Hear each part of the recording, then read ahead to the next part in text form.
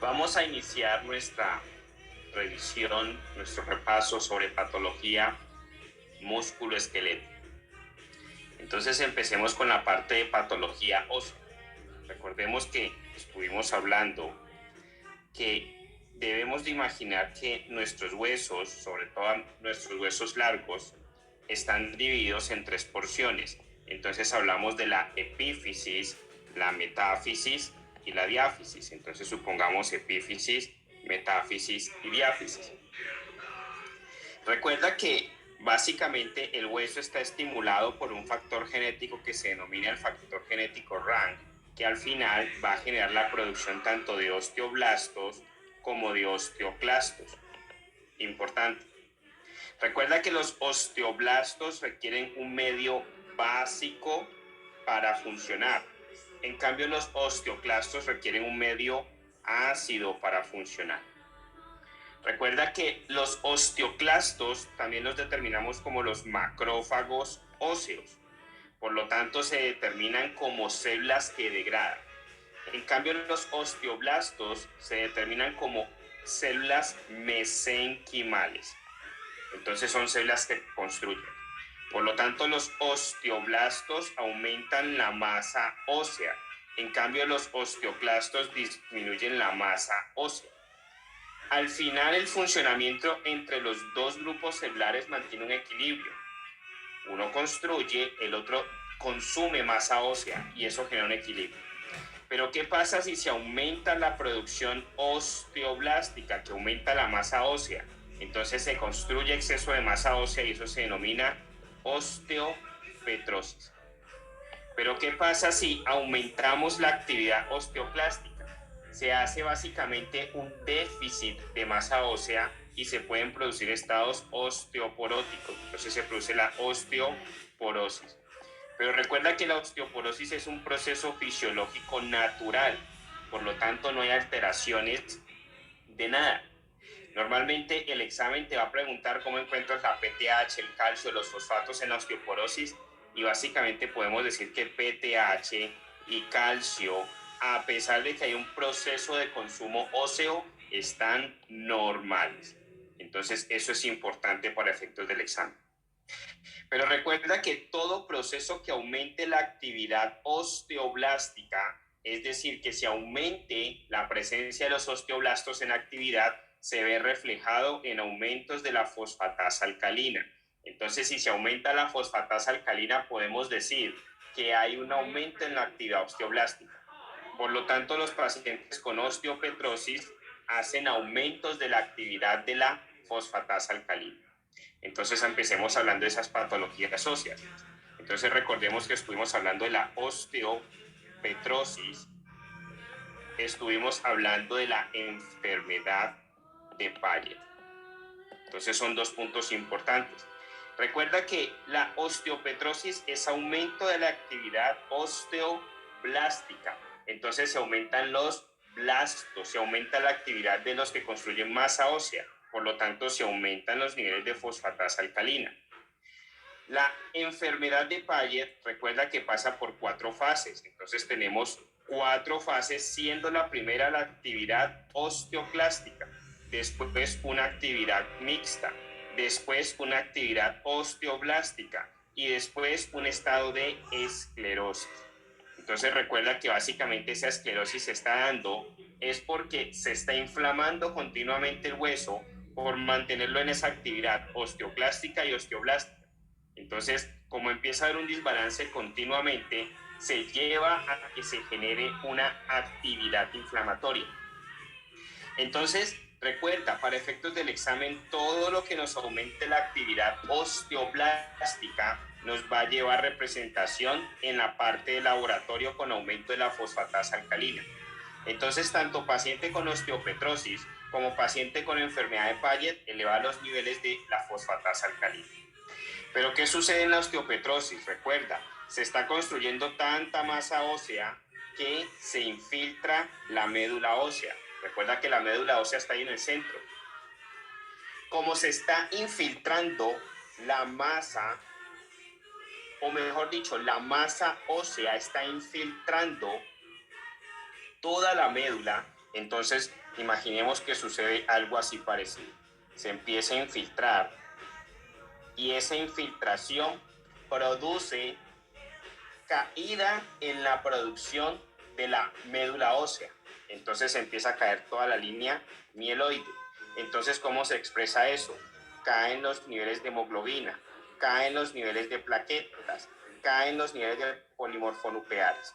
Entonces, los pacientes con osteopetrosis te hacen anemia, plaquetopenia, leucopenia y elevación de la fosfatasa alcalina. Además, como se está infiltrando el hueso, no solamente la médula ósea, sino todo el hueso se está volviendo más denso, entonces se infiltra el canal auditivo, el canal visual, entonces el paciente te hace ceguera y te hace sordera. Importante. Entonces, ¿cómo vemos el perfil de un paciente con osteopetrosis? No lo olvidemos. El perfil de un paciente con osteopetrosis eleva la actividad osteoblástica que se ve representada en elevación de los niveles de fosfatasa alcalina, que hace anemia, plaquetopenia, leucopenia, ceguera y sordera. Recuerda que hay otra patología que te hace esta pancitopenia, que es la anemia aplástica. No lo olvidemos. Ahora bien, si tenemos que la enfermedad de Paget tiene un momento de sobreactividad de osteoblastos que elevan la fosfatasa alcalina, entonces podemos tener situaciones parecidas en la enfermedad de Paget. Entonces recuerda que la enfermedad de Paget también puede hacer infiltración por exceso de densidad ósea. Entonces también te puede hacer sordera, también te puede hacer ceguera. Pero hay características adicionales. Recuerda que el paciente con enfermedad de Paget te aumenta el riesgo de osteosarcoma. Recuerda, ¿quién más te aumenta el riesgo de osteosarcoma? No lo olvides. ¿O a quién también está asociado? A los pacientes con retinoblastoma. El retinoblastoma en los niños, la enfermedad de Paget en los adultos está asociado los dos a osteosarcoma. Importante esa parte. Ahora hablemos de osteomielitis. Coloquemos aquí osteomielitis. Entonces, cuando vamos a hablar de osteomielitis, es un proceso patológico, es un proceso infeccioso, pero que el examen se enfoca a gérmenes. Entonces, recuerda, primer punto, imaginamos nuevamente nuestro hueso. Entonces, nuestro hueso está dividido en epífisis, en metáfisis y en diáfisis. Recuerda cuál es el mayor punto de infección en los adultos. Entonces, en los adultos es la epífisis. Recuerda cuál es el mayor punto de infección de los niños. Es la metáfisis.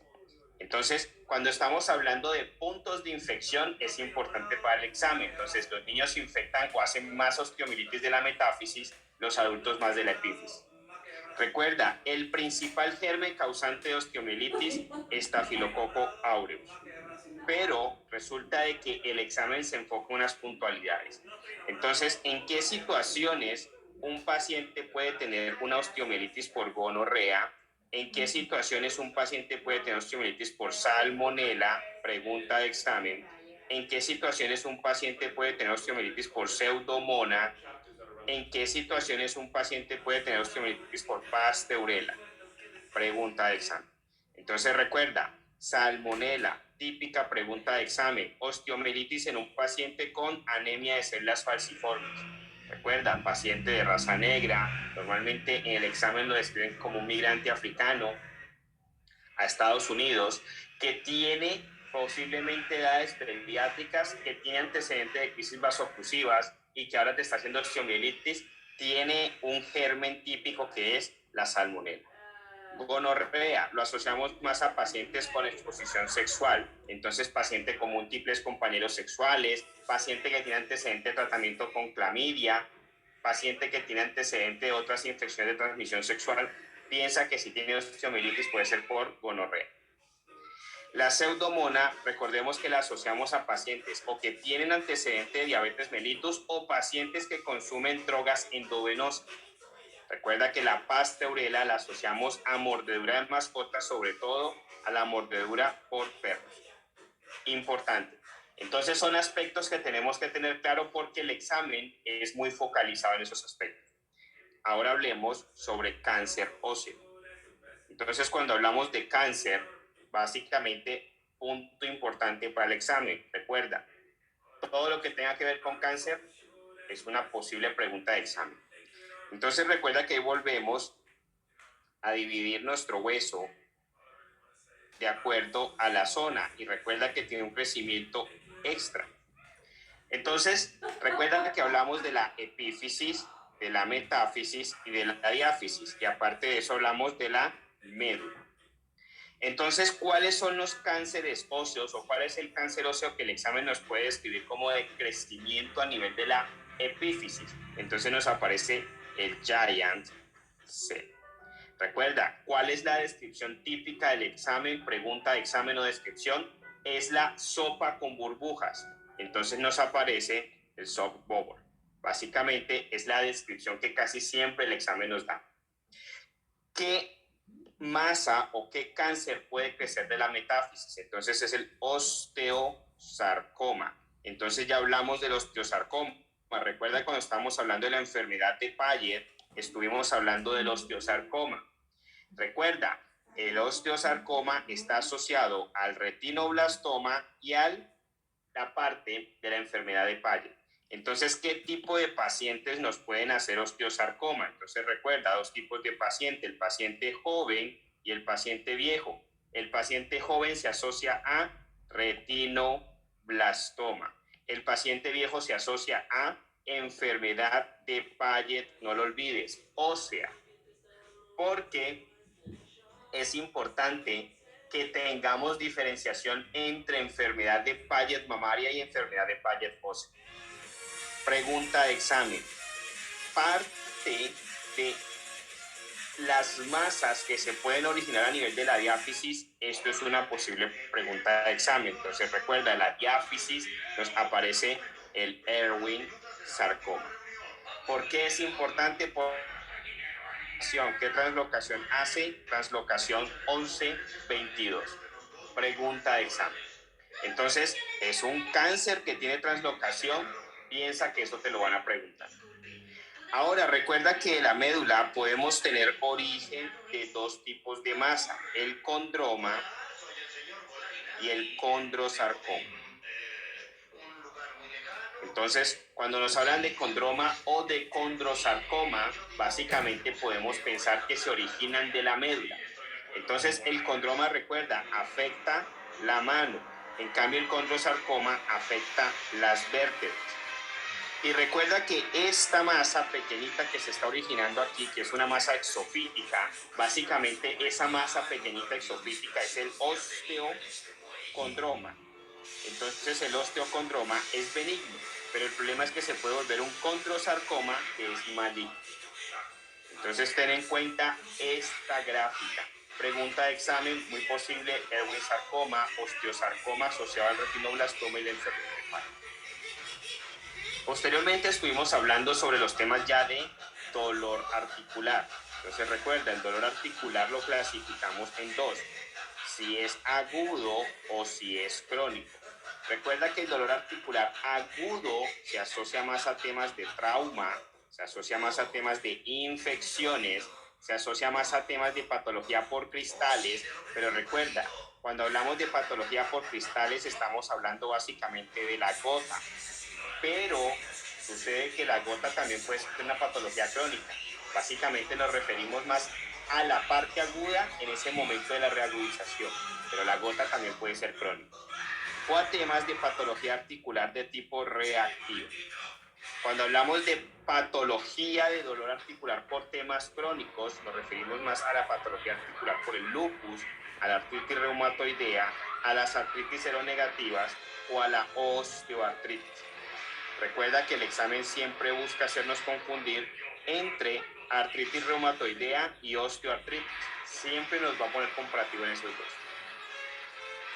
Posteriormente estuvimos hablando de los temas de las características del líquido articular.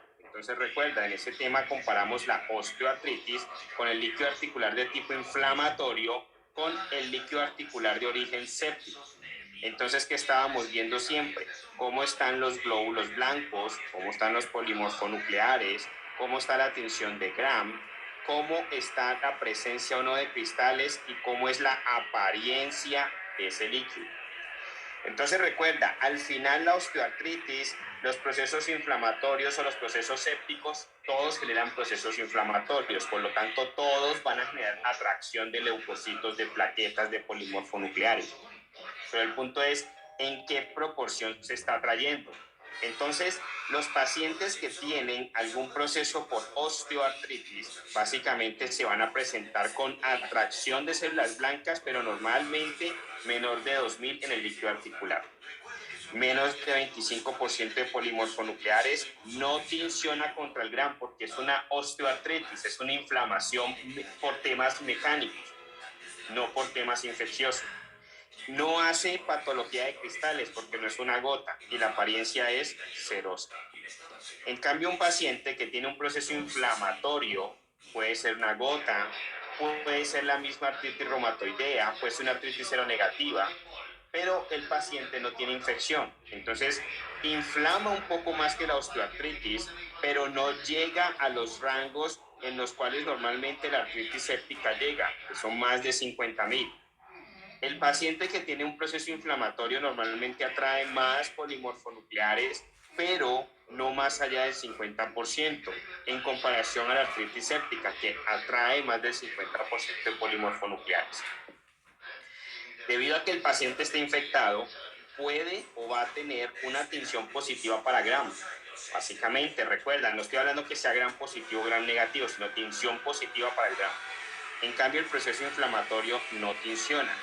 El paciente con patología inflamatoria puede ser por gota, por lo tanto los cristales pueden ser positivos, pero puede que sea una artritis reumatoidea, entonces no hace presencia de cristales. El paciente se va a mostrar con un aspecto seroso, en cambio el paciente con artritis séptica se ve purulento el estudio del líquido articular. Posteriormente, ya para entrarnos un poco más en los aspectos de reumatología, estuvimos revisando el aspecto de los marcadores. Entonces recuerda, las 3 patologías más grandes marcadores que el examen nos evalúa: el lupus, la artritis reumatoidea y la esclerodermia.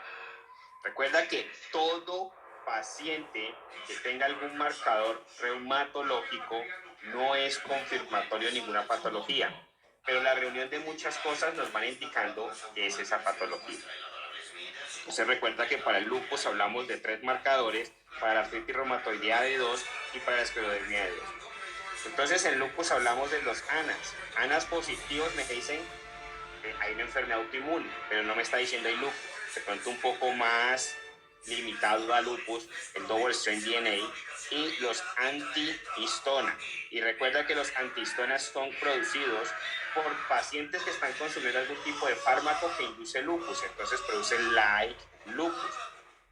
Y lo denominamos el drug induced lupus. Importante. Recuerda que para el tema de artritis reumatoidea estuvimos hablando de que tenemos el factor reumatoideo que actúa algo parecido al ANA. Un paciente con lupus te puede hacer factor reumatoideo positivo, pero no quiere decir que tenga lupus, que tenga artritis reumatoidea, que tenga esclerodermia específicamente. Te está diciendo hay una patología autoinmune. Pero si le tomamos los anticuerpos anticitrullinados, que son los anti-CCP, es un poco más predictorio para artritis reumatoidea. Recuerda que nos aparece un poco más predictorio para lupus, los anti-Smith. Los anti-Smith. Ahora, para esclerodermia, pregunta de examen. Nos aparece la localizada, que es el CREST, y nos aparece la sistémica. Entonces recuerda que para esa localizada nos aparecen los anticentrómero. Pregunta de examen. C con centrómero, anticentrómero. Entonces son anticuerpos anticentrómero. Pregunta de examen. Ahora recuerda que CREST se está refiriendo es a la reunión de unos síntomas. Entonces nos aparece la calcinosis, el Raynaud, la dismotilidad esofágica, la esteroidactina y la telangiectasia, que todos esos que están haciendo es unirse en siglas y forman la palabra CREST. La sistémica los medimos más con los antitopoisomerasa, básicamente son los anti-SCL70. Pregunta de examen, CREST. Pero recuerda que estuvimos hablando de otros marcadores reumatológicos que son un poco menos relevantes, pero hay que tenerlos en cuenta. Entonces hablamos de los anti-smooth muscle. Entonces los anti-smooth muscle básicamente nos aparecen positivos en la hepatitis autoinmune. Estuvimos hablando del Sjogren. Recuerda que el Sjogren nos aparece positivo el anti-Ro y el anti-La. Estuvimos hablando también de la polimiositis, entonces polimiositis. Recuerda que en la polimiositis nos aparecen los anti-Mi y los anti-Ho. Y los anticuerpos antimitocondriales que aparecen en la cirrosis biliar primaria. Entonces, estos son los antimitocondriales. Esto aparece en muchas preguntas dentro del examen. Pero tenemos que tener muy en cuenta lupus, artritis reumatoidea y esclerodermia. Importantísimo, doctores. Entonces empecemos a hablar de la primera patología, del lupus eritematoso sistémico. Entonces coloquémoslo aquí, lupus eritematoso sistémico. Recuerda que el lupus eritematoso sistémico nos hace ANAS positivos, coloquémoslo aquí, ANAS positivos, nos puede hacer double strand DNA cuando si tenemos una nefritis lúpica, o nos puede hacer los antihistona. ¿Y cuando nos hace los antihistona? Cuando el paciente tiene un drug-induced lupus. Entonces, es importante tener esos tres claros. ¿Qué fármacos nos pueden inducir lupus? Entonces, recuerda que hablamos de la mnemotecnia Quick Movement of Hips. Quitemos el off. Entonces, recuerda que básicamente nos referimos a la quinidina, a la minociclina y la metildopa, a la hidralacina, a la isoniazida, a la procainamida y a las sulfas. Esos fármacos nos inducen lupus. ¿Qué se hace? Se suspende el fármaco para que el paciente no siga en los síntomas de lupus. ¿Cuál es la principal causa de muerte de los pacientes con lupus? La nefritis lúpica. ¿Qué anticuerpos nos hacen? Los double strand DNA. Entonces es importante, pero recuerda que un paciente con ANAS positivos no te dice específicamente que tenga lupus, pero te puede hacer más positividad o más acercamiento al diagnóstico si tiene los anti-SMIT. No lo olvides. Ahora, ¿qué otras situaciones asociadas puede hacer el paciente de lupus para que tú pienses en tu examen que es más un lupus? Recuerda, típicamente es una mujer en edad fértil, entre los 20, 30, 40 años. Entonces, entre 20 a 40 años. Normalmente aparece un rash. Y recuerda que ese rash es un rash malar, discoide, que no afecta a los pliegues nasolabiales, que hace aspecto de distribución en mariposa en la cara. Primer consulta o principal consulta que hacen los pacientes con lupus eritematoso sistémico es la artritis. Entonces aparece el síntoma de artritis. Y aparecen otras cosas, la fotosensibilidad, la anemia, la cerebritis, las úlceras orales, pero importante que tengamos claro el perfil típico que nos muestra el examen. Recuerda, si un paciente con lupus te hace el double strand DNA positivo, es porque el paciente está haciéndote una nefritis lúpica y esa es la principal causa de muerte. ¿Cómo se trata un paciente básicamente con nefritis lúpica? Recuerda, a ese paciente hay que darle endovenoso ciclofosfamida. Cuando empieza a hacer la remisión, como la ciclofosfamida es endovenoso, lo pasas a oral. ¿Con qué? Con micofenolato. Si no tienes micofenolato, le puedes dar mofetil. Ahora, ¿qué fármaco debe de tener todo paciente con lupus? Entonces recuerda, la hidroxicloroquina, no son los esteroides. ¿Cuándo le das esteroides? Si hay reagudización del cuadro, si hay un ataque o el paciente lo acabas de diagnosticar y básicamente ese diagnóstico inicial lo estás haciendo porque hay un ataque de la patología. Importante. Si el paciente le ves todo este cuadro, le ves todo este paquete de situaciones, mujer entre los 20 y 40 años, rash malar, discoide, aspecto de mariposa de la distribución del rash, consume complemento, tiene ANAS positivos, te consulta por artritis, posiblemente es de raza negra, tú empiezas a sospechar de que hay lupus. Ahora, recuerda que hay algo que le denominamos el drug-induced lupus. No es un lupus visceral, es un fármaco que induce lupus, que cuando suspendes el fármaco, la patología que parece un lupus desaparece. ¿Qué haces en esos casos? Suspender el fármaco.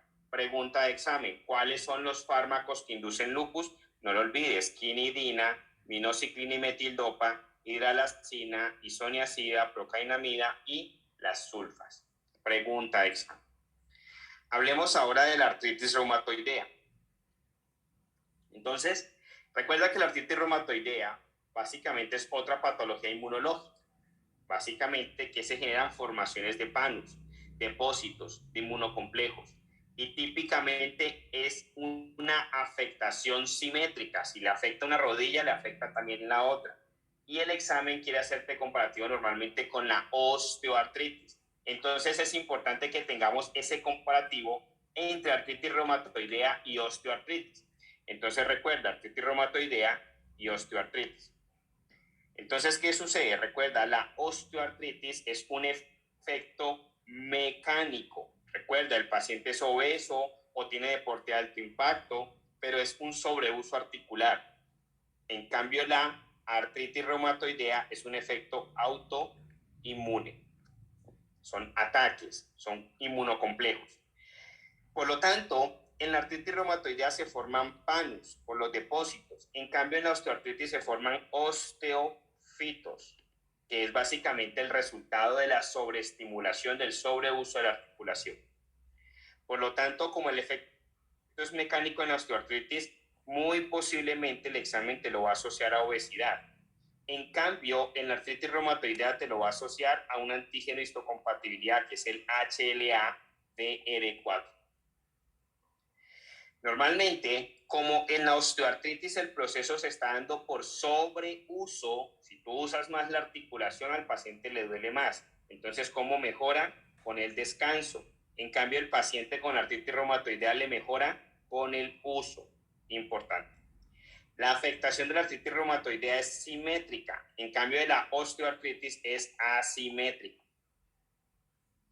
Y típica descripción del examen, casi siempre lo coloca: la afectación de las articulaciones interfalángicas. La osteoartritis afecta las articulaciones interfalángicas proximales y distales. Descripción o pregunta del examen. En cambio, la artritis reumatoidea, lo coloqué aquí al revés, proximal y distal. Entonces, la osteoartritis hace afectación de las articulaciones interfalángicas proximales y distales. En cambio, la artritis reumatoidea solamente de la proximal, y encerrémoslo aquí en rojo. Pregunta de examen. Entonces, siempre es importante hacer ese comparativo. Recuerda que siempre el examen va a buscar cómo confundir entre artritis reumatoidea y osteoartritis. Entonces, si sospechas en un paciente artritis reumatoidea, recuerda que es una patología normalmente inmunológica, entonces es más de una mujer.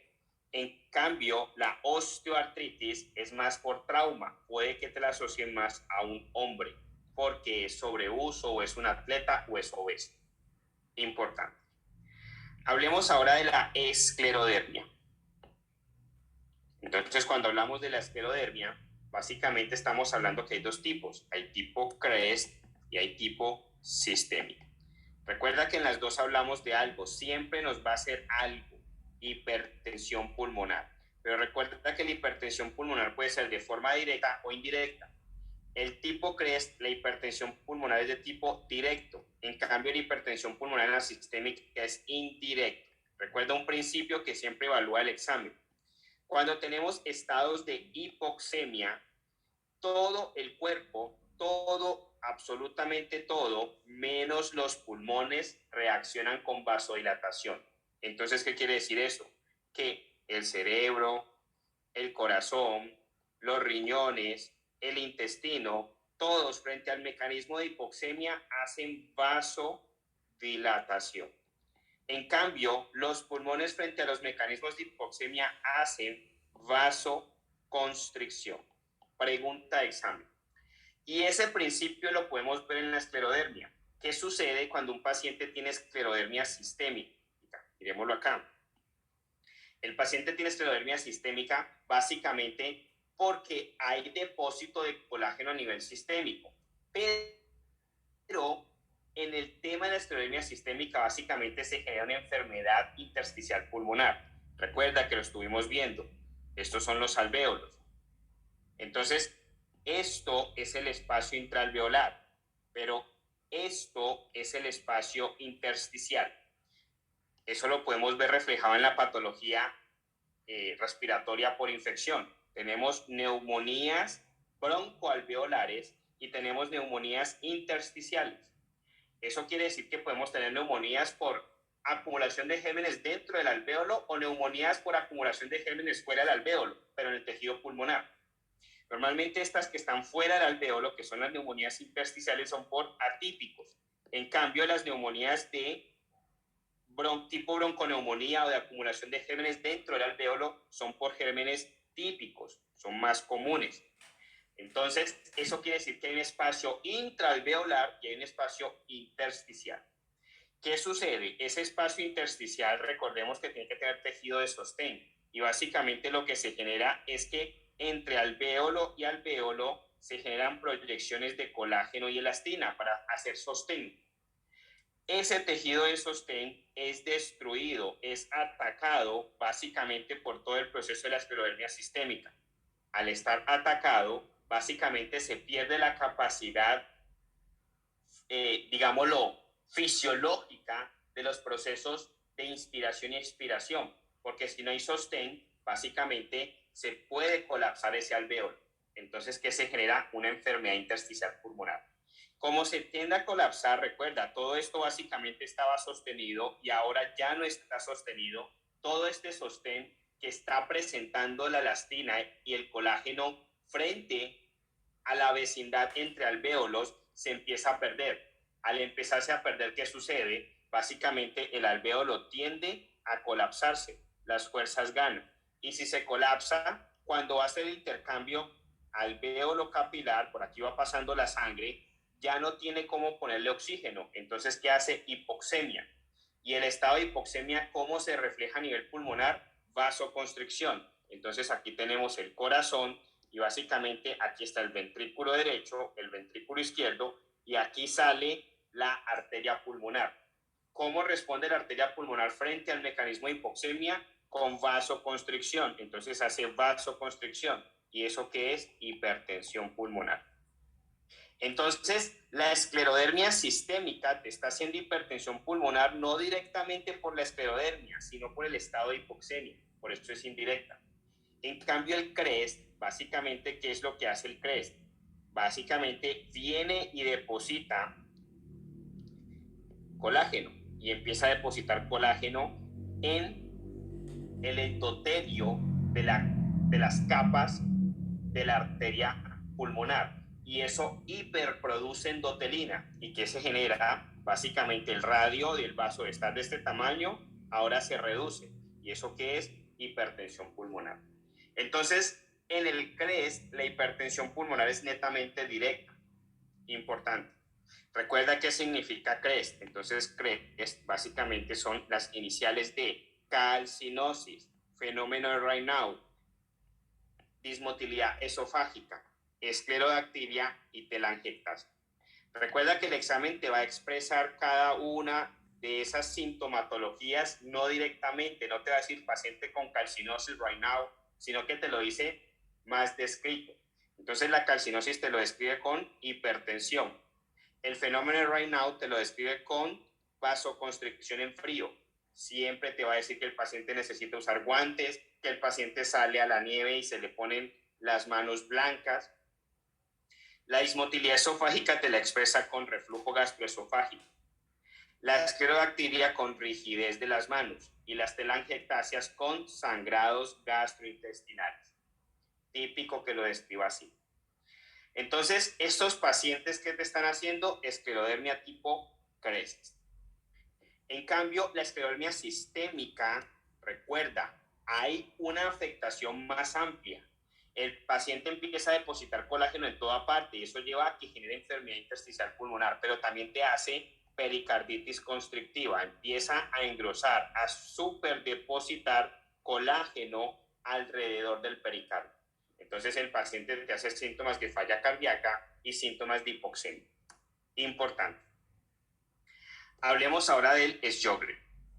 Entonces, cuando vamos a hablar de Sjögren, recuerda, es una patología, pregunta de examen, es una patología que precede a otra patología inmune más grave. Entonces, primero el paciente hace Sjögren, luego hace lupus. Primero hace Sjögren, luego hace artritis reumatoidea. Importante. ¿Qué es el Sjögren? El Sjögren es una infiltración. ¿Es una infiltración de qué? De linfocitos. Entonces se denomina como infiltración linfoplasmática de glándulas exocrinas. Entonces el paciente pierde la capacidad de hidratar los ojos, de hidratar la boca y se le edematiza la parótida. Entonces te hace boca seca, te hace ojos secos y te hace edema de la parótida. Son los tres temas patognomónicos de Sjögren. Entonces, si te dicen una mujer con infiltración linfoplasmática de glándulas exocrinas que tiene boca seca, ojos secos, edema de la parótida, esa boca seca te la define a veces como xerostomía. Entonces tú dices, esto es un Sjögren. ¿Cuál es el riesgo del paciente con Sjögren? Es que en algún momento te va a hacer lupus o artritis reumatoidea o alguna otra patología autoinmune más severa. Recuerda, toda patología autoinmune te puede hacer ANAS positivos, pero ¿cuál es más específico para Sjögren? El anti-RO y el anti-LA. Importante. ¿Qué hacemos en estos pacientes? Como se le ponen los ojos secos y la boca seca, le damos saliva y lágrimas artificiales. Hablemos ahora de la miositis. De aquí, súper preguntas para el examen. Miositis. Resulta que miositis, nuevamente, como su nombre lo dice, es mio, músculo, itis, inflamación. Entonces, inflamación muscular. Es una lesión, es una patología netamente muscular. Y como se lesiona el músculo, te genera debilidad muscular en el paciente. Pero resulta que hay otras dos patologías que generan debilidad muscular en el paciente y no es por afectación muscular, es por afectación neurológica. Recuerda, la miastenia gravis y el Eaton-Lambert. Recuerda que el Eaton-Lambert es una patología paraneoplásica, es decir, el paciente te está haciendo un cáncer de pulmón, el cuerpo responde con anticuerpos frente a las células cancerígenas y esos anticuerpos vienen y atacan otra parte del cuerpo y por eso se llama síndrome paraneoplásico. Entonces recordemos que cuando estábamos hablando de la transmisión nerviosa, tenemos una membrana presináptica y una membrana postsináptica.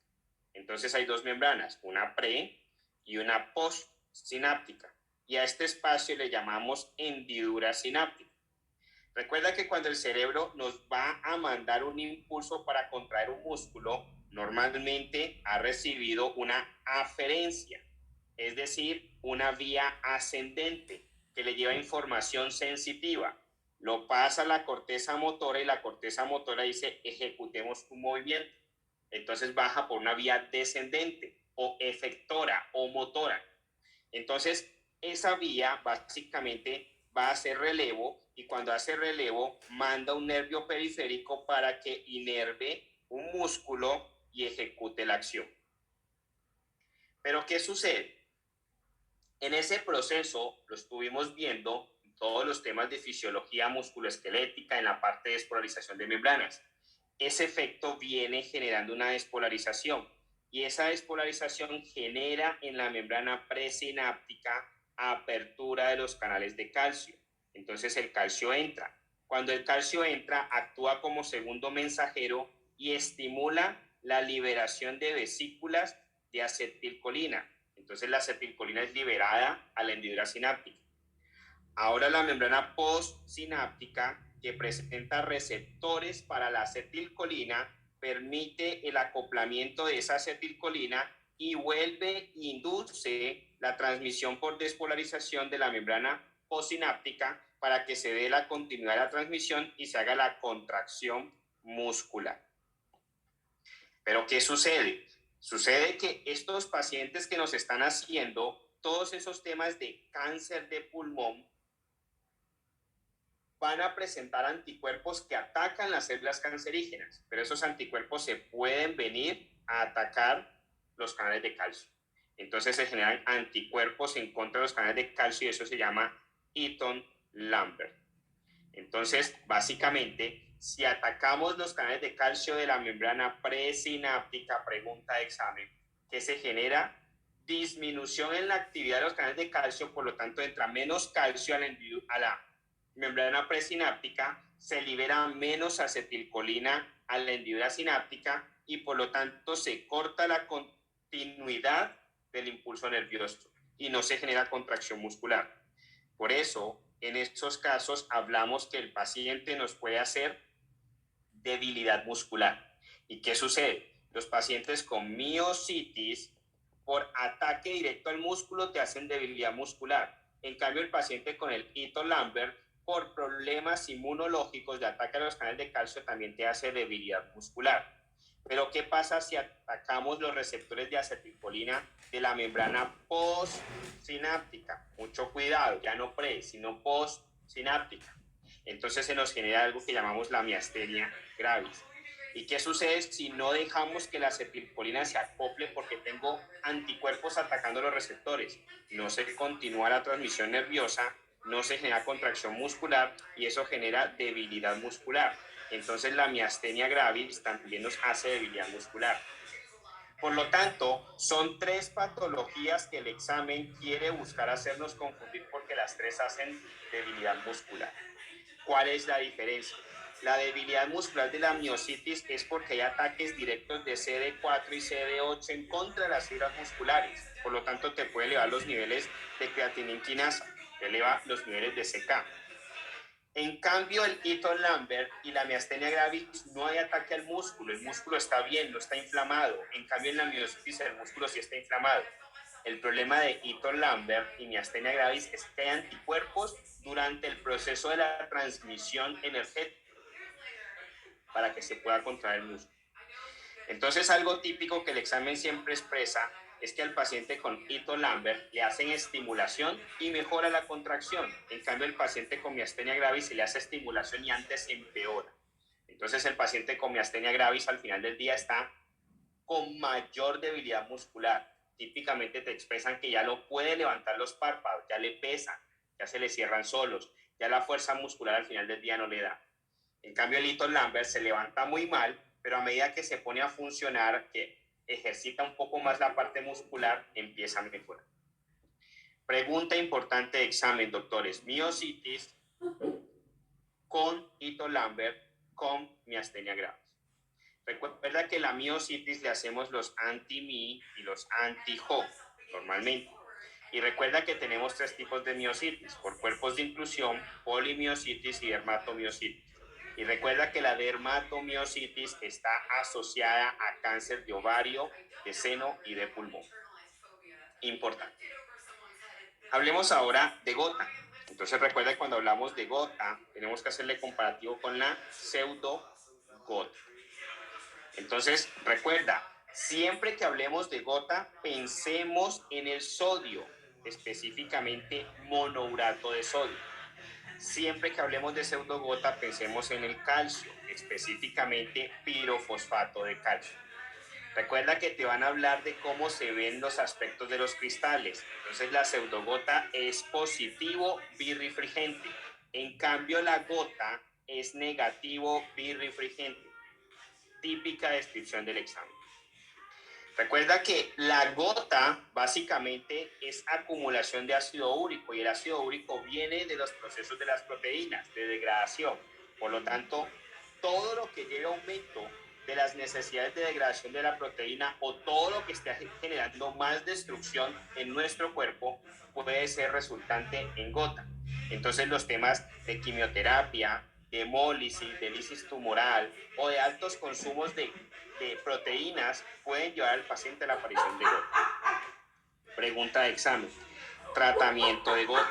Recuerda, el agudo se trata con C y el crónico se trata con A. La gota en agudo, no lo olviden, doctores, se trata con colchicina. Entonces coloquemos aquí colchicina.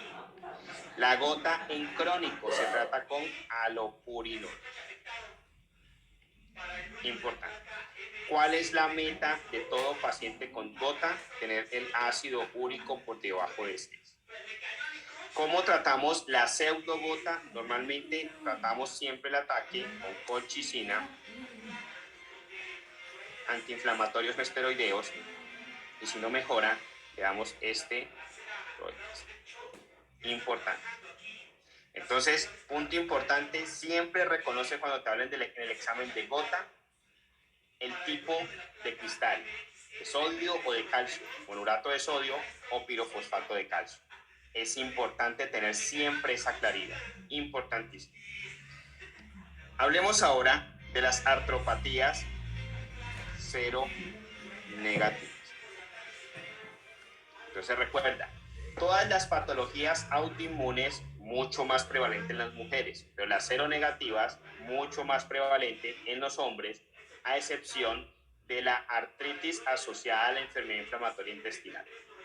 Entonces recuerda que hablamos de la psoriasis, pero no como lesión dermatológica, sino como complicación. Recuerda que los pacientes con psoriasis te pueden hacer artropatía psoriática. Hablamos de la espondilitis anquilosante, pregunta de examen. Hablamos del inflammatory bowel disease related, que es la artropatía asociada a la enfermedad inflamatoria intestinal. Y hablamos de la artritis reactiva. Todas estas patologías están asociadas a ¿cuál? HLA-B27, sobre todo la espondilitis anquilosante. Entonces, la que más te pregunta el examen, que es la espondilitis anquilosante, es una sacroilitis. Entonces, normalmente el paciente te habla de un dolor de espalda o un low back pain. Básicamente es un dolor de la espalda baja. Siempre te va a decir que es un hombre el examen y siempre te va a referir en la radiografía el signo de bambú, típico. ¿Por qué? Recuerda que los cuerpos vertebrales vienen así. Y el paciente que tiene esta sacroilitis por espondilitis anquilosante empieza a fusionar los cuerpos vertebrales. Entonces se parece un palo de bambú, la radiografía de la columna vertebral. ¿Qué hacemos en estos pacientes?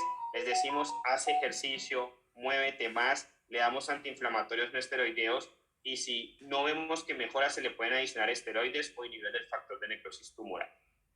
Importante. Recuerda que la artritis reactiva, hablamos que el paciente no ve, el paciente no orina y el paciente no camina. ¿Qué quiere decir eso? Al paciente le da conjuntivitis, le da uretritis y el paciente le da artritis. Es la triada típica de la artritis reactiva. Conjuntivitis, uretritis, artritis. Se puede asociar con antecedentes de STDs, es decir, el paciente puede tener antecedentes de enfermedad de transmisión sexual. Importante. Hablemos ahora de la osteoartritis. Entonces recuerda, la osteoartritis la comparamos ya con el tema de artritis reumatoidea. Recuerda que la osteoartritis es un tema mecánico, es un tema de obesidad, es un tema de osteofitos, es un tema que tiene que descansar, es decir, tiene que dejarla de usar para que le quite el dolor. Entonces recuerda que hayan 4 fases. El paciente sufre una actividad traumática, sobrepeso, obesidad, deporte de alto impacto, y eso lleva a sobreactividad de los condrocitos. Y después aparecen los osteofitos que generan más dolor y por último la esclerosis por la continua inflamación. ¿Qué hacemos en estos pacientes? Recuerda, le vamos a dar acetaminofén o antiinflamatorios no esteroideos y si el paciente no mejora, ahí sí nos vamos a los esteroides.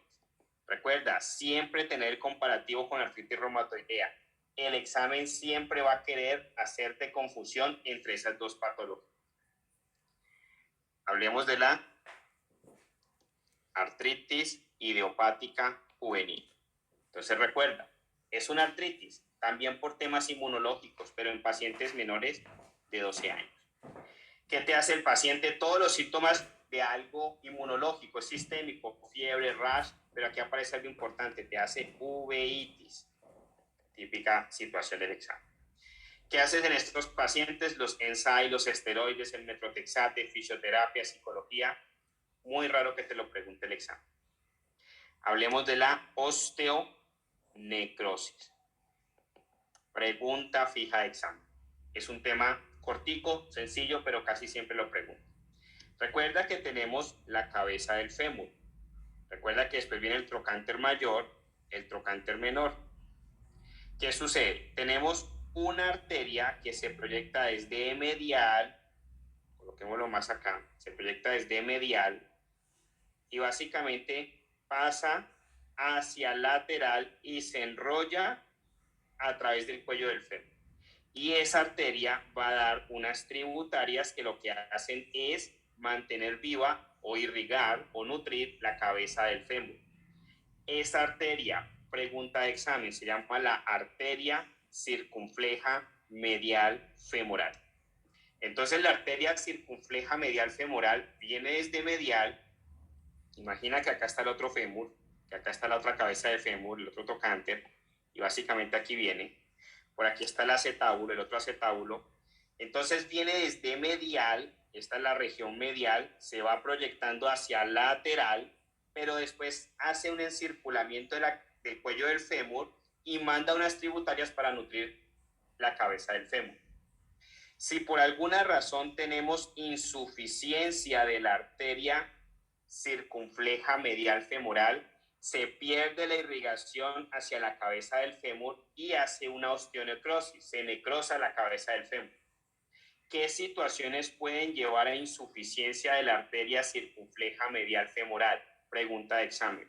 Para efectos del examen, la primera causa, la anemia de células falciformes. ¿Por qué? Recuerda que la anemia de células falciformes nos hace rosetas.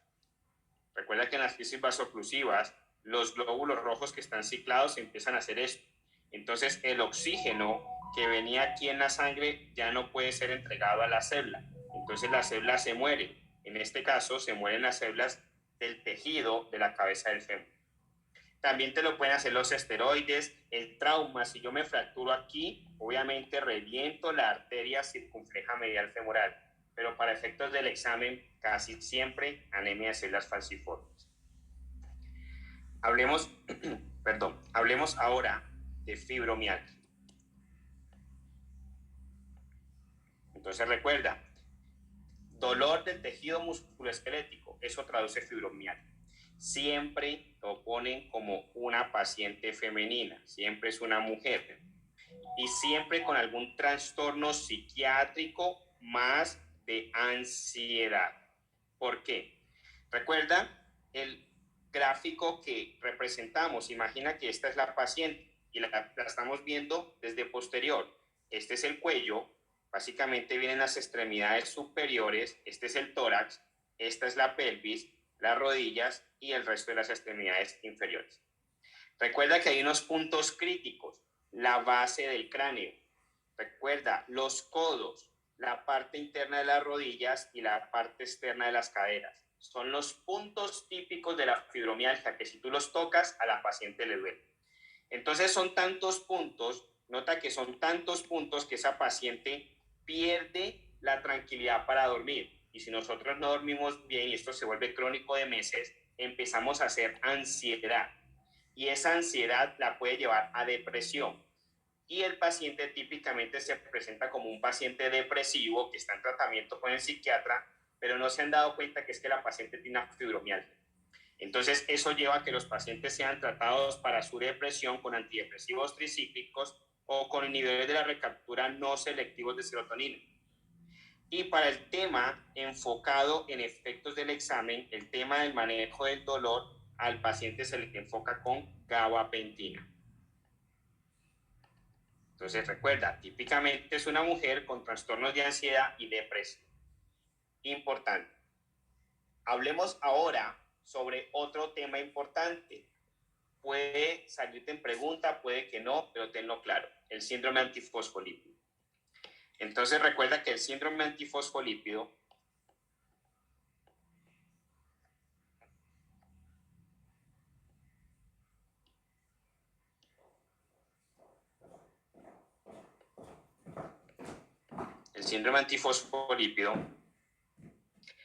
La misma palabra te lo está diciendo. Hay un anticuerpo que ataca los fosfolípidos. Y los fosfolípidos, que son membrana celular. Entonces, hay anticuerpos de ataque en contra de la membrana celular. Entonces, recuerda, imaginemos la bicapa fosfolipídica. Recordemos que esto es un lado, esto es otro lado de la bicapa fosfolipídica, y supongamos que aquí lo complementa todo. Entonces, tenemos una membrana y una bicapa fosfolipídica.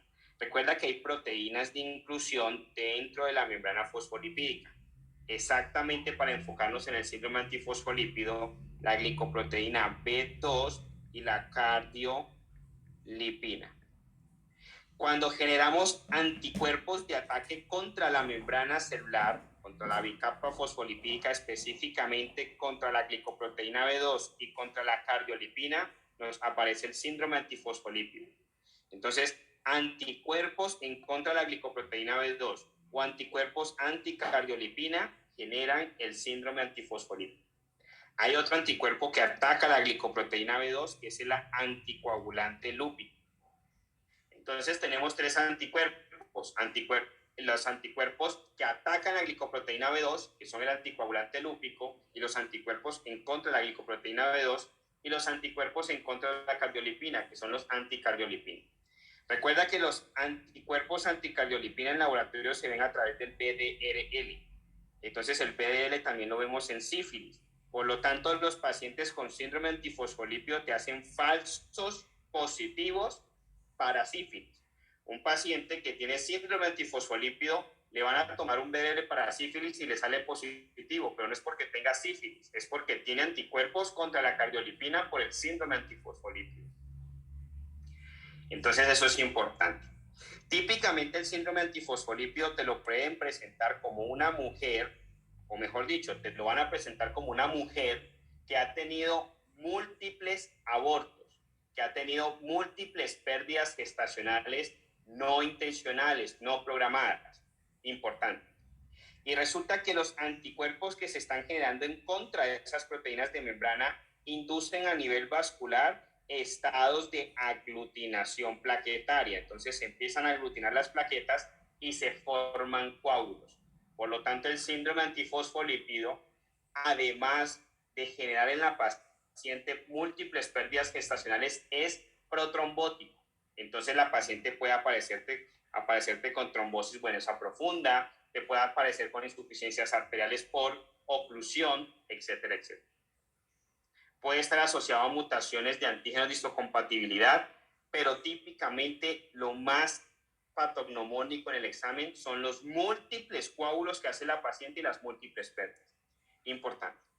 ¿Por qué el anticoagulante lúpico se llama anticoagulante lúpico, pero induce estado protrombótico? Entonces recuerda, el anticoagulante lúpico empezó a ser investigado en pacientes con lupus.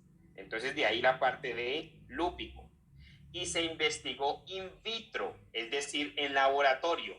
Al investigarse en laboratorio se dieron cuenta, recuerda, esta es la cascada de coagulación, coloquémoslo acá mejor. Esta es la cascada de la coagulación, el 10 perfecto, abajo de él tenemos el 5, el 2 y el 1, y tenemos acá la vía extrínseca 7, 8, 9, 11 y 12. Se dieron cuenta que in vitro el anticoagulante lúpico bloqueaba la protrombina, que es el factor 2. Al bloquear la protrombina se corta la cascada de la coagulación, por lo tanto no se coagula. Debido a que se investigó en pacientes con lupus y que in vitro en laboratorio anticoagulaba, se le colocó anticoagulante lúpico. Pero después, cuando fueron a investigar in vivo, es decir, en la fisiología real del cuerpo, se dieron cuenta que el anticoagulante lúpico lo que hacía era bloquear como anticuerpo la glicoproteína B2. Y cuando se bloqueaba la glicoproteína B2, a nivel vascular se inducía aglutinación plaquetaria. Entonces, in vivo es procoagulante o es inductor de acumulación de plaquetas. In vitro es anticoagulante. Por esa razón se llama anticoagulante lúpico, a pesar de que in vivo es procoagulante. Importantísimo, doctores, importante tener esos aspectos claros.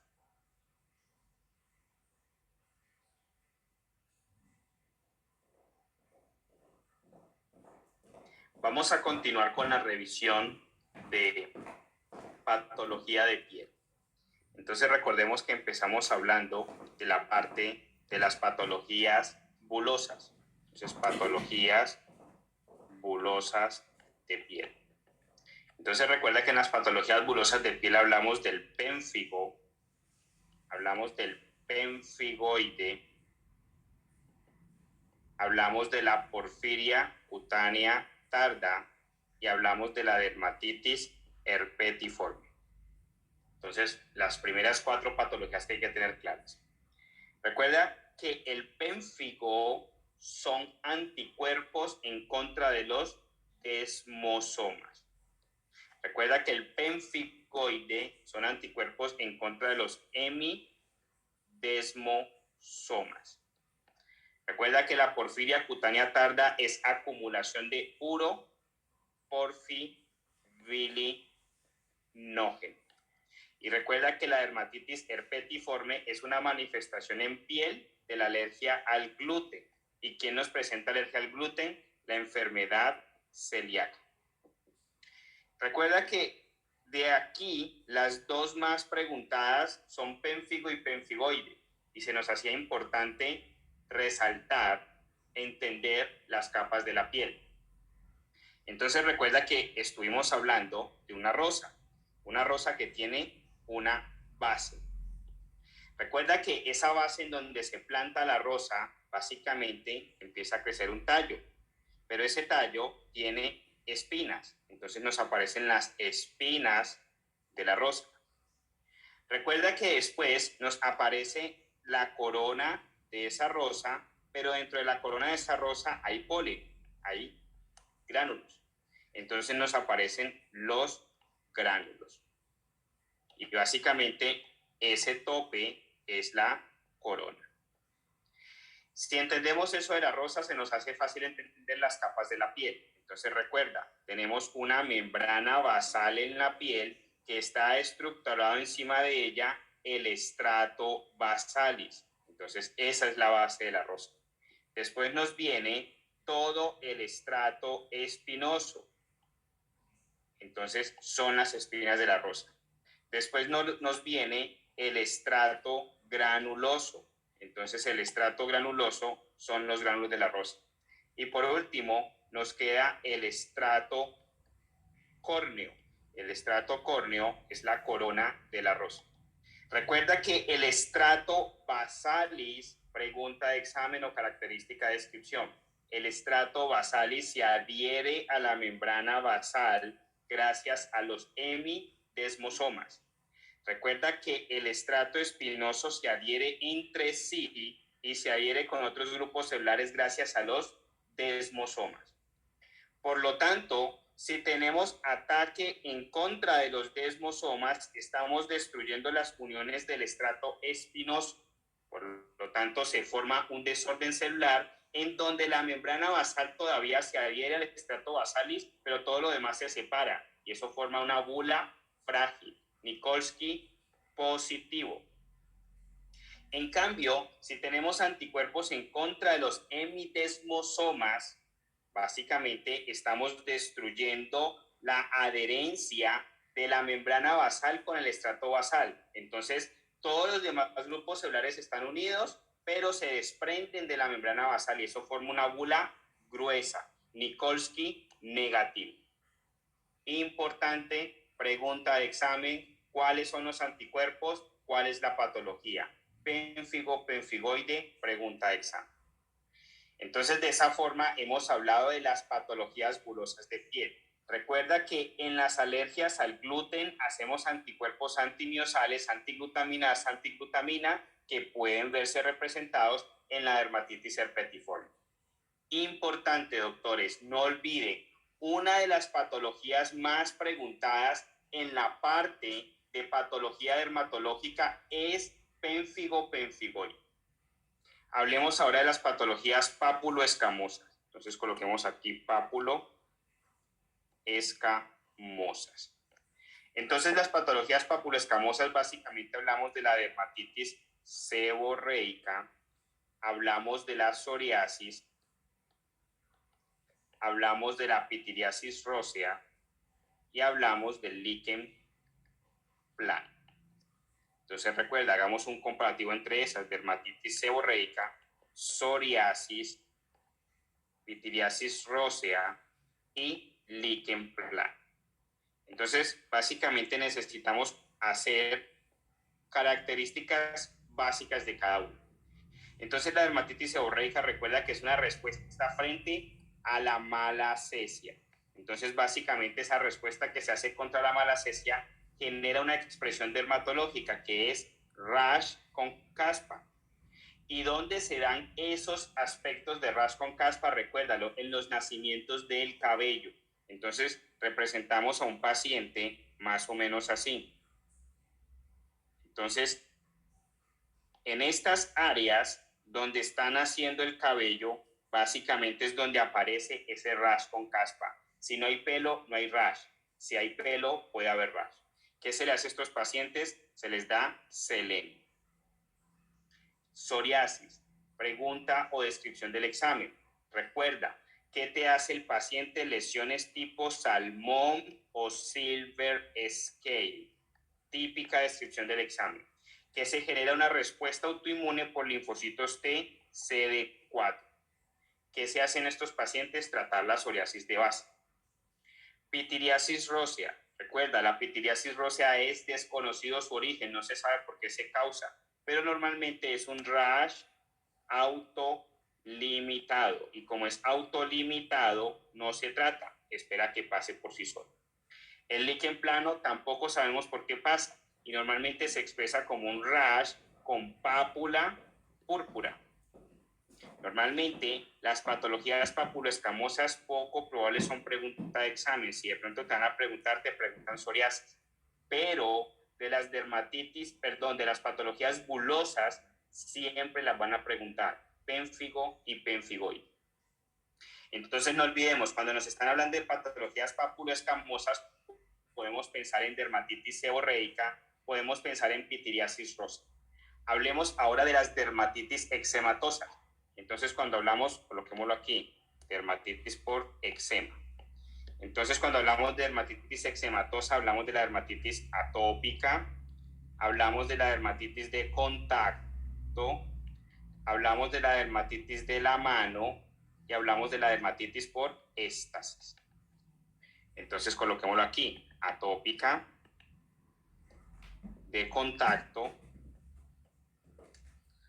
de la mano y por éstasis.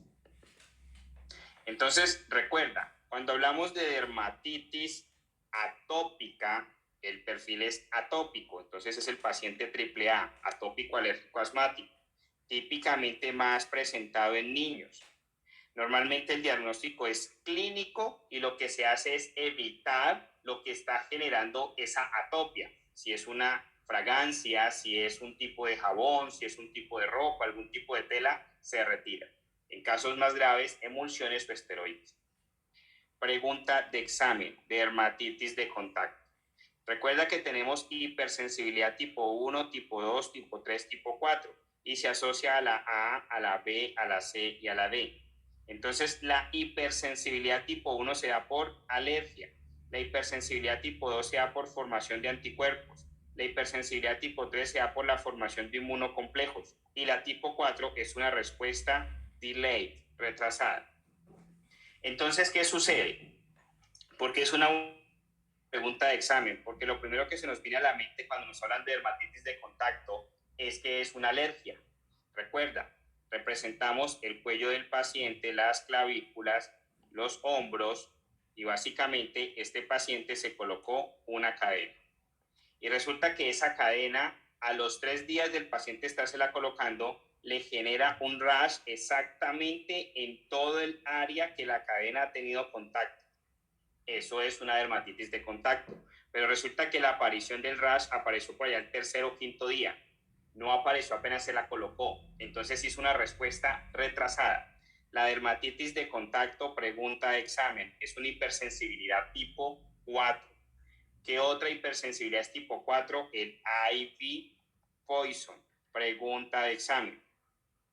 Entonces, cada que te hablen de dermatitis de contacto es porque el paciente tiene contacto con algún objeto, normalmente joyería, que hace una respuesta en piel no inmediata, sino al tercer o quinto día de haber tenido exposición a eso. Por eso es dermatitis de contacto, una hipersensibilidad tipo 4. Dermatitis de la mano, normalmente asociado a pacientes que trabajan en la parte de salud, aseo, o el paciente tiene un trastorno psiquiátrico tipo obsesivo compulsivo.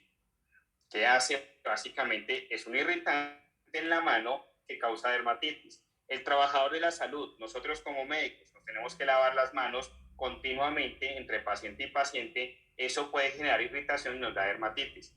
Igual pasa en los pacientes que son trabajadores del sector de aseo. Pero en los pacientes obsesivos compulsivos ya es porque ellos quieren o más porque su patología los lleva a eso y se ve expresado en dermatitis de contacto. Dermatitis por éstasis es mala circulación. Y recuerda que el examen busca confundirnos entre dermatitis de la piel por éstasis y la celulitis. Entonces recuerda, la dermatitis por éstasis es bilateral, la celulitis es unilateral. La dermatitis por éstasis en la zona afectada genera frío, en cambio la celulitis en la zona afectada genera calor. El paciente con dermatitis de la piel por éstasis no luce séptico, no se ve séptico. En cambio, el paciente con celulitis sí se ve séptico, porque es una patología infecciosa. ¿Cómo se trata la dermatitis por éstasis? Básicamente se busca que el paciente mejore su circulación, normalmente medidas de compresión. La celulitis, obviamente, con antibióticos. Entonces, cuando estamos hablando de las dermatitis eczematosas, importante pregunta de examen, ponle mucha atención a la dermatitis de contacto. Las demás pueden ser distractores en tu opción de pregunta. Hablemos de las hipersensibilidades de la piel. Entonces nos aparecen las pieles escaldadas, el eritema multiforme, la reacción medicamentosa y la urticaria. Entonces coloquémoslo aquí. La piel escaldada, nos aparece el eritema multiforme, nos aparece la reacción a fármacos, la reacción medicamentosa, y nos aparece la urticaria. Entonces coloquémoslo aquí. ¿Qué sucede? Y es importante, pregunta de examen. Piel escaldada en el tema de Steven Johnson. Pregunta de examen. Eritema multiforme puede ser una pregunta de examen de forma indirecta. Reacción medicamentosa poco preguntado, urticaria poco preguntado. ¿Qué sucede? Cuando hablamos de piel escaldada puede ser por síndrome de Steven Johnson, puede ser por síndrome tóxico o puede ser por síndrome de piel escaldada por estafilococo aureus. Hablemos del que más pregunta el examen, síndrome de Steven Johnson. El síndrome de Steven Johnson se genera secundario a reacción medicamentosa. ¿Y cuáles son? Recuerda, Luis Carlos Escobar. ¿Qué quiere decir eso? La motrigine, la L de la motrigine, la C de carbamazepina y la E de etosuximide. Pregunta fija de examen, doctores, se los aseguro. Entonces, cuando el paciente está expuesto a cualquiera de estos anticonvulsivantes, la motrigine, carbamazepina, etosuximide, el paciente te puede hacer piel escaldada por Steven Johnson. Recuerda que el etosuximide te van a preguntar en qué tipo de pacientes lo damos, entonces pacientes que tienen convulsión de ausencia. Y lo que hace es actuar sobre el calcio. Pregunta de examen síndrome de Steven Johnson. Pregunta de examen pénfigo-penfigoide. Pregunta de examen dermatitis de contacto. Eritema multiforme. Entonces recuerda que es la expresión que el examen te puede dar para que identifique ciertas patologías. ¿Cuáles? La enfermedad de Lyme, el HIV y la sífilis. Entonces el eritema multiforme se define como una lesión en aspecto de target. Entonces, normalmente la lesión del paciente es una lesión de bordes rojos que tiene un centro blanco, parece un target. Y cuando el paciente lo toca el médico, recuerda, este paciente, supongamos lo está examinando un médico, lo toca, cuando lo toca, básicamente el centro blanquea más. La gran diferencia con la urticaria es que la urticaria es una lesión completamente roja que no tiene centro blanco y cuando lo intentan tocar, el paciente no le blanquea ese centro. Es la gran diferencia con la urticaria. Entonces nos aparece en el eritema multiforme el target lesion. Y ese target lesion donde lo vemos en la enfermedad de Lyme, en el HIV y en la sífilis. Entonces empieza a hacer conexión. Recuerda, sífilis afecta columnas dorsales. ¿Quién más afecta columnas dorsales? La deficiencia de B12. La deficiencia de B12, ¿qué hace? Anemia megaloblástica. ¿Qué otras patologías me hacen anemia megaloblástica? La anemia perniciosa, la deficiencia de B9, la aciduria orótica. Entonces empieza a hacer todas esas conexiones a medida que estás estudiando. Pregunta de examen: pénfigo, penfigoide, dermatitis de contacto, síndrome de Steven-Johnson. Pregunta indirecta de examen: eritema multiforme. La reacción a fármacos se puede dar por cualquier fármaco. Normalmente entre el séptimo y 14º día de la administración del fármaco, cualquier fármaco puede hacer reacción. Y la urticaria ya lo acabamos de ver. Básicamente es una lesión roja de bordes y centro rojo que no blanquea al tacto y se puede dar por una hipersensibilidad tipo 1. Recuerda que tenemos hipersensibilidad tipo 1, 2, 3 y 4. Recuerda que la 1 es por alergia, la 2 es por anticuerpos, la 3 es por formación de inmunocomplejos, la 4 es delay, es respuesta retrasada. ¿Quién te hace hipersensibilidad tipo 4? No lo olviden, te hace hipersensibilidad tipo 4 los pacientes que tienen el IV poison o los pacientes que te hacen dermatitis de contacto.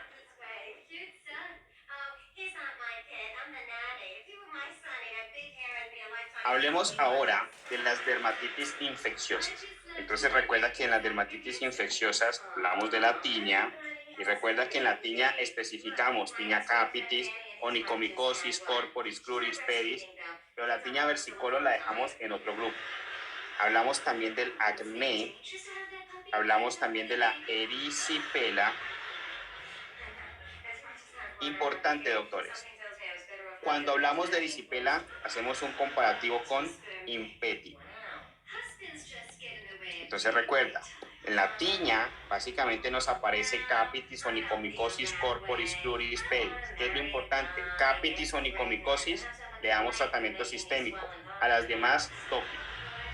El acné, la pregunta del examen del acné es la prueba de embarazo. Recuerda, todo paciente que se le vaya a dar isotretinoína hay que hacerle prueba de embarazo. Si le vas a dar algún retinoide sistémico, hay que hacerle prueba de embarazo. Entonces, normalmente en el acné, básicamente nos enfocamos en 4 pasos: retinoides tópicos, peróxido de benzoilo, antibióticos, ¿cuál? Doxiciclina. ¿En dónde más damos doxiciclina? En Lyme, en las espiroquetas. Y en los casos más refractarios, isotretinoína. Recuerda que si le vamos a dar al paciente ese retinoide sistémico, isotretinoína, hay que tomarle prueba de embarazo. ¿Por qué? Es teratogénico. Pregunta de examen. ¿Qué hacen los retinoides tópicos? Trata comedones. ¿Qué hace el peróxido de benzoilo? Trata las pústulas. ¿Qué hace la doxiciclina? Trata el propio Bacterium acne. Importante. Cuando hablamos de erisipela e impétigo, básicamente los dos están causados por el estreptococo, que es el punto importante. Erisipela es como una celulitis de adultos, impétigo es como una celulitis de niños. Entonces, el estrep en los niños puede llevar a post-strep glomerulonefritis, puede causar glomerulonefritis post-streptocóxica. Entonces, es el punto importante. Si te hablan de un estreptococo en un adulto, tú dices en piel, tú dices es erisipela. Un estreptococo en un niño en piel, tú dices es un impétigo. Hablemos sobre las patologías por hipopigmentación. Entonces recuerda, nos aparece una vía que te van a evaluar en bioquímica, te la van a evaluar en neuro y te la van a evaluar en piel. ¿Cuál es esa vía? Entonces recuerda que nos aparece el aminoácido fenilalanina, aminoácido esencial. La fenilalanina se transforma a tirosina, aminoácido no esencial. ¿Qué es un aminoácido esencial? Que nuestro cuerpo lo necesita porque no lo sintetiza. que es un aminoácido no esencial, que no lo debemos de consumir porque nuestro cuerpo lo sintetiza a partir de otro aminoácido. Entonces, como la tirosina la sintetiza a partir de la fenilalanina, la tirosina no es esencial. Ahora, esa tirosina, después de muchos procesos, puede terminar en la síntesis de dopamina. La dopamina, que es la L-dopa, puede terminar en la síntesis de melanina. Importante. Entonces, ¿qué sucede? Básicamente, el primer paso para poder llevar fenilalanina a tirosina, necesitamos la fenilalanina hidroxilasa. La fenilalanina hidroxilasa necesita un cofactor, el tetrabioptereno. Si se nos llega a generar deficiencia de fenilalanina o del tetrabioptereno, no se puede convertir fenilalanina a tirosina, por lo tanto los niveles de tirosina caen, los niveles de fenilalanina se suben y eso genera fenilcetonuria, PKU. Ahora, dentro de ese proceso, para poder generar los pigmentos en los melanocitos, que es la melanina, se necesita que la tirosina después vaya a un proceso para generar melanina a través de la tirosinasa. Si tenemos deficiencia de la tirosinasa, no hay melanina, no se genera pigmento y eso se llama albinismo. Entonces es una patología por hipopigmentación. Pero resulta que nos aparece otra patología que se llama el vitiligo, que puede parecer desde el punto de vista fisiopatológico parecido, porque al final es hipopigmentación. ¿Qué es el punto? El albinismo es una patología enzimática, el vitiligo es una patología inmunológica. Los anticuerpos atacan los melanocitos. En cambio, en el albinismo no se atacan los melanocitos, lo que hace es que no se produce el pigmento. Importante. Otra patología de hipopigmentación son los ash leaf spots. Entonces los ash leaf spots, básicamente asociados siempre en el examen a tuberoesclerosis. Entonces, ¿cuál es el típico perfil de los pacientes con tuberoesclerosis? Recuerda, es un paciente con retraso mental que puede hacer neurofibromas, angiofibromas faciales, puede convulsionar. Típicamente el examen te dice que es un paciente que tiene atraso en su proceso escolar, porque el retraso mental no es muy marcado, pero sí está presente. Pregunta de examen fija dentro de las patologías de hipopigmentación: tiña versicolor. Entonces, caso clínico, siempre es una mujer que estuvo en las playas de Miami, en Florida, se bronceó y cuando se broncea nota que algunas partes de su cuerpo no broncearon. Entonces, supongamos, se bronceó toda esta parte, pero empezó a hacer parches de bronceo. Es decir, este parche no se broncea, este parche no se broncea. Le llama la atención, consulta al dermatólogo, el dermatólogo le toma una muestra, le saca un KOH y encuentra los spaghetti meatballs. Pregunta de examen o puede ser descripción. Encuentra aspecto en la revisión microscópica de que tiene espagueti con albóndigas. Es como lo describe. Básicamente, recuerda, los crecimientos micóticos se ven así, un enredo que parecen espaguetis, y aisladamente le ve los aspectos de albóndigas. Entonces, spaghetti meatballs. Pregunta de examen: ¿quién no causa malacesia furfur? Entonces, tiña versicolor, pregunta de examen. ¿Cuál es la típica descripción? Alguien que estuvo de vacaciones en la playa, se broncea, pero nota parches de la piel que no broncearon. Le toman estudio a esos parches que no broncean, le encuentran malacesia furfur, te lo describen como spaghetti meatballs. Spaghetti meatballs. Importante. Hablemos ahora de las patologías por hiperpigmentación. Pregunta de examen: ¿por qué? Porque nos aparecen los cánceres. Entonces, hiperpigmentación. Las patologías de piel por hiperpigmentación, recuerda, van desde el simple lunar hasta el squamous cell carcinoma, hasta el carcinoma escamoso celular. Entonces, básicamente lo representamos con el proceso cronológico. Entonces, recuerda, lo primero es el lunar. Entonces, el simple lunar, una característica que te dice que es benigno es que tenga pelos. Pero a todo lunar hay que hacerle el A, B, C, D, E.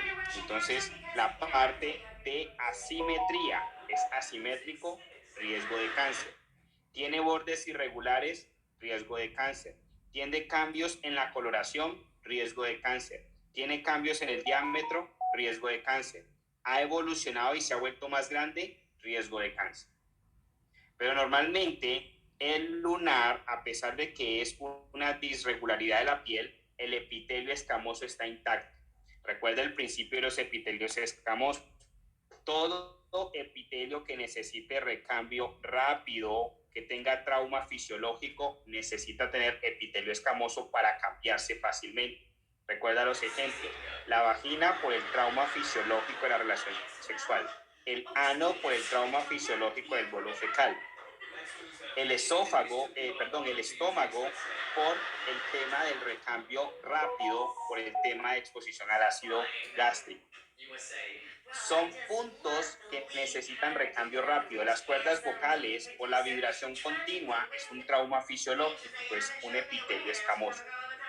¿Qué pasa si ese epitelio escamoso lo estamos irritando continuamente? Entonces recuerda, esa irritación en el tercio inferior esofágico causa problemas que llevan a cáncer, esófago de Barrett, y eso después conlleva el cáncer tipo adenocarcinoma de esófago. ¿Qué pasa si estamos irritando constantemente las cuerdas vocales, por ejemplo, con algún tipo de virus? Eso puede generar cáncer en las cuerdas vocales. ¿Qué pasa si estamos irritando constantemente el tejido de la piel por la exposición al sol? Entonces, eso puede causar cáncer de piel. Entonces nos aparece que la irritación en los epitelios escamosos de forma crónica va a llevar a que los epitelios se defiendan, haciendo epitelios más resistentes y más gruesos. En el esófago, por ejemplo, este epitelio nuevo se llama esófago de Barrett. Ese epitelio nuevo aquí en la piel no se llama esófago de Barrett, se llama queratosis actínica, pero es el mismo principio fisiopatológico. Entonces, antes de entrar en la queratosis actínica, recuerda que hablamos de la queratosis seborreica. Pero resulta que es punto importante porque nos podemos confundir con queratosis actínica. ¿Por qué? Las dos se llaman queratosis. Las dos parecen que fueran premalignidad, pero la queratosis seborreica es benigno, no es maligno. Es como un lunar grasoso. Es una alteración de los queratinocitos que genera hipersecreción seborreica, pero no es maligno. ¿Cuál es la lesión premaligna? La queratosis actínica. ¿Por qué? Por el principio, el sol está generando irritación en la piel se obliga a montar tejidos que lo protejan, lo cual empieza a generar las lesiones premalignas. Ese montaje de epitelios columnares o cilíndricos sobre un epitelio escamoso es una lesión premaligna, que en el esófago se llama esófago de Barrett, aquí en la piel se llama queratosis actínica. Pero si el paciente persiste básicamente en esa exposición al sol y sin protección, ahora se empiezan a montar más tejidos de protección y eso se llama carcinoma in situ. Entonces nos aparece el carcinoma in situ. Pero si el paciente persiste en la exposición al sol sin protección, empiezan a aparecer células que atraviesan la membrana basal, células cancerígenas, y eso se denomina squamous cell carcinoma, carcinoma escamoso celular. Importante, y esa es la trayectoria que se da a través del cáncer de piel. De esta forma, doctores, hemos hablado de patología de piel y también de patología musculoesquelética.